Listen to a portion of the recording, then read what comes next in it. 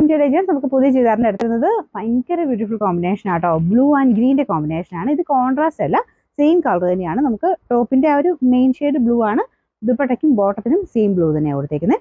ഇച്ചിരി ക്ലാരിറ്റി ഉള്ള കളേഴ്സ് ആട്ടോ. മറ്റേത് വരുമ്പോൾ ലൈറ്റ് ഷെയ്ഡ്സ് ആയിരുന്നു, ഇതിൽ കൂടെ ഡാർക്കർ ടോണിലാണ് ചെയ്തേക്കുന്നത്. ഞാൻ പറഞ്ഞത് ഡബിൾ ഷെയ്ഡിലും വരും.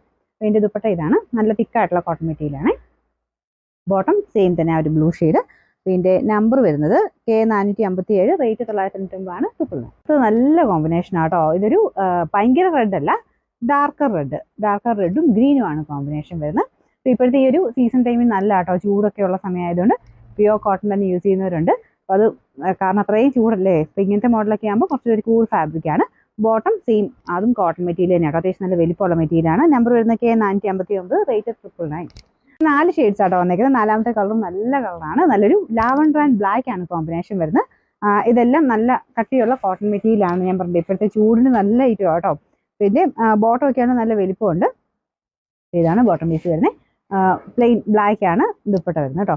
ചെറിയൊരു ബോർഡർ ഉണ്ട്, അതിന് ബോർഡറിന് ചെറിയ വ്യത്യാസമുണ്ട് കേട്ടോ. ചെറിയ ചെറിയ വേരിയേഷൻ ഓരോന്നും ഉണ്ട്.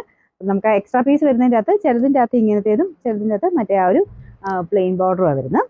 അപ്പോൾ ഇതിൻ്റെ നമ്പർ വരുന്നത് K460, റേറ്റ് 999 ട്രിപ്പിൾ.